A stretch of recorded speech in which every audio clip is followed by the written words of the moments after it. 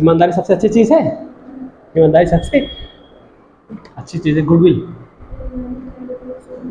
Goodwill सबसे अच्छी चीज़ है। चलिए भाई हम लोग स्टार्ट करते हैं। 40 मिनट का क्लासेस हम लोग का होगा, ठीक है। इनकम टैक्स रिटर्न से स्टार्ट करते हैं, ओके। चलिए, ITR, इनकम टैक्स रिटर्न लिखना स्टार्ट करेंगे। मैं समझ लो फिर लिखना, इनकम टैक्स रिटर्न, ठीक ना। रिटर्न हटा देते हैं, अभी के लिए सिर्फ इनकम टैक्स रखते हैं, ठीक है। इनकम टैक्स IT बोलते हैं हम लोग, क्या बोलते हैं? IT, इनकम टैक्स, ठीक है। इनकम टैक्स को हिंदी में क्या बोलते हैं? आयकर, हिंदी में क्या बोलते हैं? आयकर बोलते हैं, ठीक। तो फर्स्ट अब इनकम टैक्स की हिस्ट्री के बारे में थोड़ा समझ लेते हैं। इनकम टैक्स की हिस्ट्री क्या है? History of income tax. तो इनकम टैक्स जो स्टार्ट हुआ वो स्टार्ट हुआ 1860 में। कब स्टार्ट हुआ? 1860 में। पहली बार इनकम टैक्स लगाया गया 1860 में। किसके द्वारा लगाया गया? तो ये जेम्स विल्सन द्वारा लगाया गया। किसके द्वारा लगाया गया? James Wilson. James Wilson British government में ये थे वित्त मंत्री, जेम्स विल्सन, ठीक ना। और ये क्यों लगाया गया? ये लगाया गया स्वतंत्रता संग्राम का जो युद्ध हुआ था, युद्ध कब हुआ था? 1857 में, 1856 में। 1857 में ये युद्ध हुआ था। उस युद्ध में जो हानि हुई थी, जो नुकसान हुए थे, लॉस हुए थे, उस लॉस को कवर करने के लिए जेम्स विल्सन द्वारा क्या लगाया गया? आयकर लगाया गया, टैक्स लगाया गया, जिसे बोलते हैं टैक्स, कर, ठीक ना। तो वो 1860 में लगाया गया। ये एग्जाम में हमेशा पूछे जाते हैं क्वेश्चन, क्लियर। अब ये हो गया प्रोफेशन। तो जब ये टैक्स लगाया गया और गवर्नमेंट को लगा कि भाई इससे अच्छा खासा रेवेन्यू जनरेट हो रहा है, अच्छी खासी इनकम जनरेट हो रही है गवर्नमेंट की, तो इसको क्यों ना हम क्या कर दें? एक्ट, अधिनियम में कन्वर्ट कर दें। किसमें कन्वर्ट कर दें? एक्ट या अधिनियम में कन्वर्ट कर दें। तो यहाँ पे फर्स्ट एक्ट बना, first income tax first act. First act बना 1886, 1886 में। क्वेश्चन पूछता है कि पहली बार टैक्स कब लगाया गया? तो पहली बार टैक्स लगाया गया 1860 में। किसके द्वारा लगाया गया? जेम्स विल्सन के द्वारा लगाया गया, क्लियर। और अगर बात करें कि first time act, income tax act कब बनाया गया? अधिनियम बनाया गया 1886, 1886, क्लियर। अब इसके बाद अमेंडमेंट, बहुत सारे अमेंडमेंट हुए, 1886, 87, 88 बहुत सारे अमेंडमेंट हुए। और लास्ट अमेंडमेंट की बात करेंगे हम 1922, 1922, सन 1922 में अमेंडमेंट होकर एक एक्ट बनाया गया। और ये एक्ट जो चला ये 4 ईयर तक चला। कितने साल तक बनाया गया? 4 ईयर तक, क्लियर ना। और 1922 को ही अमेंड करके एक और संशोधन बनाया गया 1961, 1961, जो अभी तक हम लोग क्या कर रहे हैं? यूज कर रहे हैं, 1961। आयकर अधिनियम हमारा क्या है? इनकम टैक्स एक्ट 1961, क्या है? 1961। और ये 1961 कब लागू किया गया? ये 1961 लागू किया गया 1 अप्रैल 1962 में। कंफ्यूजन होता है? इनकम टैक्स एक्ट है 1961, 1961, बट ये लागू कब हुआ? लागू हुआ 1 अप्रैल 1962 में, ठीक है। फाइनेंशियल ईयर को कवर करने के लिए ये अप्रैल से स्टार्ट किया गया, ओके। तो ये हो गया हमारा एक्ट। और यही एक्ट क्या हो रहा है? हमारा कंटिन्यू ऑपरेट हो रहा है और अभी तक ऑपरेट हो रहा है, ओके। चलिए, तो हम मान लेते हैं हमारा एक्ट क्या है? 1961, 1961, आयकर अधिनियम 1961, क्लियर। अब आयकर अधिनियम बनने के बाद गवर्नमेंट को जो टैक्स लगाना है, उस टैक्स लगाने की अलग अलग क्या है, कैटेगरी है।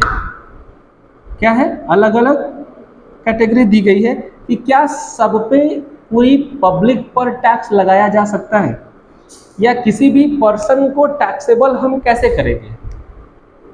किसी भी पब्लिक या किसी भी पर्सन को टैक्सेबल कैसे करेंगे, तो टैक्सेबल का एक रूल बनाया गया कि इंडिया में जितने भी लोग हैं सबको टैक्सेबल कैसे करेंगे, या कैसे हम मानेंगे कि यू आर टैक्सेबल। तो गवर्नमेंट ने क्या बनाया, कुछ रूल्स बनाए। तो फर्स्ट जो रूल्स निकल के आता है वो आता है रेजिडेंशियल स्टेटस, जिसे हम कहते हैं निवासीय स्थिति। क्या कहते हैं, निवासीय स्थिति कहते हैं। क्लियर, निवासी स्थिति, रेजिडेंशियल स्टेटस। गवर्नमेंट ने कहा कि अगर कोई भी पर्सन पूरे फाइनेंशियल ईयर के दौरान इंडिया में 182 डेज रहता है तो क्या कहलाएगा, निवासी कहलाएगा, रेजिडेंस कहलाएगा, और उस पर टैक्स लगाया जाएगा। क्लियर। तो सबसे पहले हम बात कर लें कि पर्सन कौन है। इनकम टैक्स के अंतर्गत एक पर्सन को कैसे डिफाइन किया गया, एक व्यक्ति को डिफाइन कैसे किया गया है। तो पर्सन एक व्यक्ति, पर्सन HUF, ठीक ना, BOD, BOI, AOI, फर्म और कंपनी। ठीक है, इतने पर्सन है इनकम टैक्स के हिसाब से। एक हो गया पर्सन, व्यक्ति, HUF, Hindu undivided family, BOI, body of individual, AOI, ठीक, individual of person of individual, और फर्म, जिसे हम कहते हैं फर्म, कंपनी। ये सारे क्या है, पर्सन है, एक व्यक्ति है इनकम टैक्स की डेफिनेशन के हिसाब से। इतने लोगों को हम क्या मानेंगे, एक व्यक्ति, एक पर्सन। क्लियर। तो अब ये सब कैसे इन लोगों को रेजिडेंशियल स्टेटस दिखाया जाएगा। एक आदमी को तो मान लिया, जैसे एक व्यक्ति अगर इंडिया में 182 दिन रहता है तो हम उसको क्या मान लेंगे, रेजिडेंस मान लेंगे, और उसको हम क्या करेंगे, टैक्सेबल करेंगे, उस पर टैक्स लगाने वाले हैं। क्लियर। HUF का क्या केस है, ये क्या कहता है, हिंदू अनडिवाइडेड फैमिली, मतलब कि एक पूरा परिवार जो एक साथ रहता हो, एक पूरा परिवार जो एक साथ रहता हो उसे बोलते हैं हिंदू अनडिवाइडेड, HUF। ठीक है। HUF का होता है केस क्या, कि अब जितने भी पर्सन हैं, जितने फैमिली मेंबर हैं, वो एक जगह तो रहेंगे नहीं, वो कोई बाहर रहेगा, कोई कहीं रहेगा, कोई कहीं रहेगा। तो इसमें होता है कि कोई भी पर्सन कहीं भी रहे, इसका मेन पर्सन कौन होता है, मुखिया, जिसे बोलते हैं कर्ता। क्या बोलते हैं, कर्ता, मुखिया। जैसे कि दादाजी, जिसे बोलते हैं दादाजी, ठीक है। तो या फादर कह लो या दादाजी कह लो। ठीक है। HUF ज्वाइंट फैमिली क्या होती है, वाइफ, हस्बैंड के फादर, मदर, और हस्बैंड की अनमैरिड सिस्टर। ये एक HUF है, पूरी ज्वाइंट फैमिली है। क्लियर। बेबी तो है ही है, छोड़ दो। ठीक है। तो ये आपकी क्या है, ज्वाइंट फैमिली है। अब इस ज्वाइंट फैमिली का मेन पर्सन कौन होता है, मुखिया, जो हेड ऑफ फैमिली होगा। ठीक है। हेड ऑफ फैमिली की ही इनकम क्या होती है, टैक्सेबल होती है। तो अब ये कैसे कैलकुलेट होगा, तो जितने भी पर्सन कहीं भी रह रहे हों, लेकिन उनका पूरी तरीके से कंट्रोल क्या होना चाहिए, इंडिया में होना चाहिए पूरी तरीके से, या 50% कंट्रोल या मैनेजमेंट कहाँ होना चाहिए, इंडिया में। मतलब कि जो घर का मुखिया वो इंडिया में होना चाहिए, बाकी कहीं भी रहे उससे मतलब नहीं है। ये क्या होगा, टैक्सेबल होगा और रेजिडेंस होगा। बॉडी ऑफ इंडिविजुअल का केस भी सेम है, ठीक ना। फर्म का सेम है, फर्म हमेशा क्या होती है, रेजिडेंस होती है। कंपनी हमेशा रेजिडेंस होती है, क्योंकि कंपनी का केस क्या होता है, कंपनी की डिफिनीशन है कि आप कंपनी कहीं भी ऑपरेट करो, जैसे यहाँ के जो उद्योगपति है, टाटा हो गया, अडानी हो गया, जियो हो गया, ये क्या है, इनकी कंपनी पूरे विदेश में है। अब इनकी कंपनियों पर टैक्स कैसे लगाया जाएगा? तो कंपनी का डिफिनेशन है कि कंपनी की ऑपरेटिंग सिस्टम जहाँ पे होगा, जहाँ पे मैनेजमेंट होगा, कंट्रोलिंग सिस्टम पे जहाँ पे होगा, वहीं पे कंपनी क्या कहलाएगी? रेजिडेंस कहलाएगी। तो इंडिया में अगर पूरी तरीके से कंट्रोल मैनेजमेंट है तो क्या कहलाएगी? रेजिडेंस कहलाएगी। और एक क्वेश्चन और कि कंपनी हमेशा रेजिडेंस होती है, नॉन रेजिडेंस नहीं होती है। ठीक, ये हो गया हमारा सिस्टम। आगे आते हैं।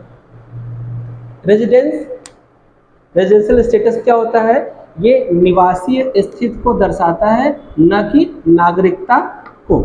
नागरिकता और निवासीय स्थिति में डिफरेंट है, सिटीजनशिप और रेजिडेंशियल स्टेटस में डिफरेंट है। ओके, चलिए नेक्स्ट स्टेप पे आते हैं भाई।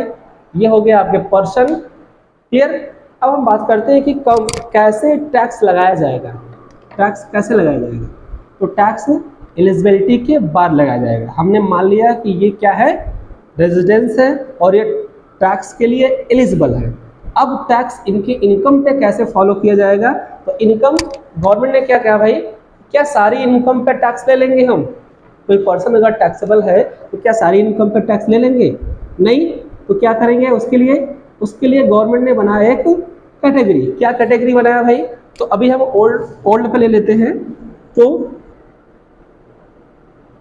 एज के हिसाब से डिवाइड किया गया, 0 to 60, 60 to 80 और 80 to एबव।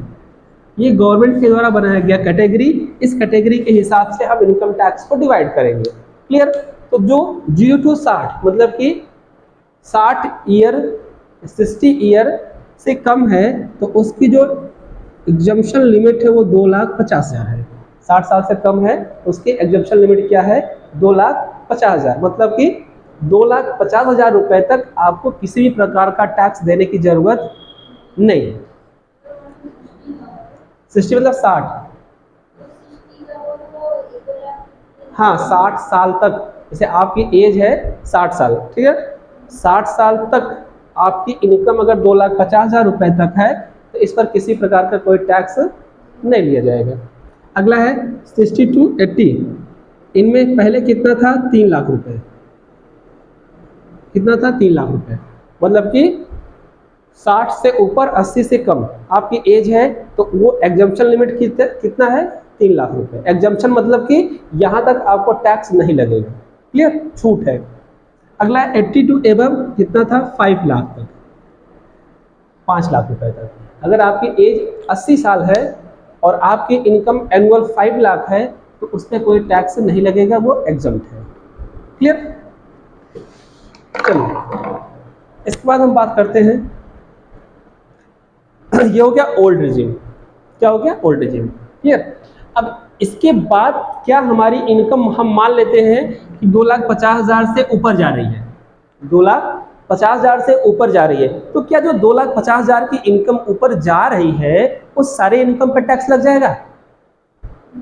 नहीं। तो उसके लिए क्या होगा? तो उसके लिए गवर्नमेंट ने क्या बनाया? Slab rate. क्या बनाया? Slab rate. तो हम लोग चलो स्लैब रेट देख लेते हैं भाई। तो पहले ओल्ड स्लैब रेट देखते हैं। तो ओल्ड स्लैब रेट हमारा है 2,50,000, जहाँ पे कोई भी टैक्स नहीं लगने वाला है। फिर 2,50,000 से 5 लाख तक 5% का टैक्स लगेगा और 5 लाख से 10 लाख के बीच में 20% का टैक्स लगेगा और 10 लाख से एबव टैक्स में 30% का टैक्स लगेगा।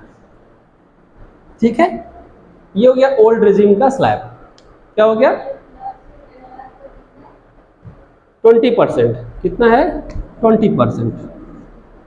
ठीक है? और 10 लाख से एबव की अगर आपकी इनकम है तो 30% का टैक्स आपको पे करना पड़ेगा। क्लियर? अब इसी में हम बात कर लेते हैं किसकी? इसी में बात कर लेते हैं हम लोग सरचार्ज। किसकी? सरचार्ज। सरचार्ज का नाम सुना होगा आपने, सेस या सरचार्ज। ठीक है ना? सेस या एजुकेशन, सरचार्ज नहीं, एजुकेशन चार्ज। एजुकेशन टैक्स लगता है कितना 4%। कितना लगता है 4%। किस पे लगता है टैक्सेबल, जो एक्चुअल टैक्स पेबल इनकम होती है उस पे लगता है। क्लियर। तो अब हमारी एक्चुअल में टैक्सेबल लिमिट क्या है भाई 5 लाख की। एक्चुअल में टैक्सेबल लिमिट क्या है 5 लाख की। क्लियर। लेकिन हम कहते हैं कि 5 लाख रुपए तक हमको टैक्स नहीं देना होता है। कहते हैं नहीं कहते हैं 5 लाख रुपए तक कोई टैक्स नहीं लगता। वो कैसे कहते हैं उसी को समझ लेते हैं हम लोग। वो कहते हैं अमेंडमेंट किया गया गवर्नमेंट द्वारा और कहा गया भैया कि अब 5 लाख रुपए तक टैक्स नहीं लगेगा। तो कैसे, पहला जो एग्जम्पशन था वो 2,50,000 का था। ये मतलब कि 2,50,000 रुपए तक ऑलरेडी कोई भी टैक्स नहीं लगता था। फिर गवर्नमेंट ने एक सेक्शन अमेंड किया, सेक्शन 87A। कौन सा सेक्शन अमेंड किया section 87A। Section 87A amend किया। इस सेक्शन के अंतर्गत गवर्नमेंट ने छूट दे दिया कितने का 12,500 रुपए का। कितने का छूट दे दिया 12,500। मतलब कि अगर आपका टैक्स 12,500 रुपये आता है तो गवर्नमेंट क्या कर देगी छूट दे देगी। क्लियर। तो अब आते हैं स्लैब पर। 2,50,000 का नेक्स्ट स्लैब होता है और 2,50,000 का 5% कितना होता है निकाल लीजिए। तो 2,50,000 का 5% हुआ 0 0 0 कैंसिल 0 25 यही ना, और 5 गुना 10 2 12 कितना आया 12,500। कितना आया। और यहाँ गवर्नमेंट ने क्या कर दिया 12,500 की छूट दे दी। मतलब कि यहाँ पे जो टैक्स लग रहा था वो गवर्नमेंट ने क्या कर दिया छूट। मतलब भैया अब ये 5% भी नहीं लगेगा।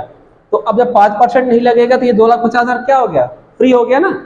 तो ये 2,50,000 यहाँ क्या हो गया आके ऐड हो गया। तो एक्चुअल आपकी टैक्सेबल इनकम कितनी, टैक्स लिमिट कितनी हो गई 5 लाख। कि अब आपको 5 लाख रुपए पर टैक्स नहीं देना पड़ेगा। क्लियर। फिर एक नया अमेंडमेंट आया। हाँ पूरा एनुअल की बात कर रहे हैं।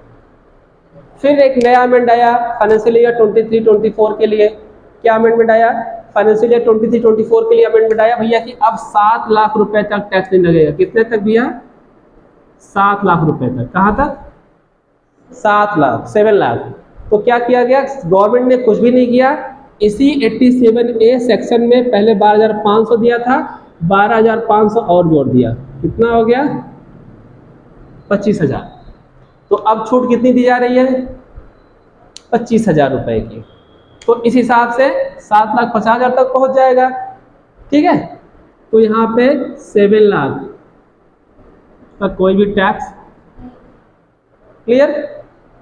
फिर इस बार अमेंड हुआ फाइनेंशियल ईयर 24-25 में अमेंडमेंट किया गया कि अब आपकी इनकम 12 लाख रुपए तक एग्जम्प्ट है। 12 लाख रुपए तक कोई टैक्स नहीं लगेगा। कैसा नहीं लगेगा चलिए देखते हैं। तो कहा गया भैया 12 लाख रुपए तक आपको कोई टैक्स, तो क्या करना पड़ेगा कुछ अमेंडमेंट करना पड़ेगा। अमेंडमेंट क्या किया गवर्नमेंट ने 87A। क्या अमेंडमेंट किया 87A। और अब 87A में इन्होंने थोड़ा सा बड़ा अमेंडमेंट कर दिया। थोड़ा सा क्या कर दिया बड़ा। क्या अमेंड कर दिया भाई अब 87A के अंतर्गत 60,000 रुपए का एग्जम्पशन है। कितने का 60,000 का एग्जम्पशन है। क्लियर। और एक अमेंडमेंट और कर दिया। क्या अमेंडमेंट कर दिया स्टैंडर्ड डिडक्शन के अंतर्गत अमेंडमेंट कर दिया 75,000 का एग्जम्पशन दे दिया। पहले कितना मिलता था 50,000 का, अब कितना मिलेगा 75,000 रुपए का। क्लियर। इस हिसाब से हमारी एग्जम्पशन लिमिट कितनी पहुंच गई 12 लाख रुपए तक। मतलब आपकी 12 लाख रुपए तक अगर इनकम है तो आपको टैक्स नहीं देना पड़ेगा। क्लियर। तो प्रेजेंट टाइम में जो हम इस असेसमेंट ईयर में टैक्स पे करेंगे 25-26 में वो हम 7 लाख तक अभी यूज करेंगे। 7 लाख रुपए तक कोई टैक्स नहीं लगेगा। और ये जो 12 लाख की है आपकी कैटेगरी ये कब आएगी 26-27 में।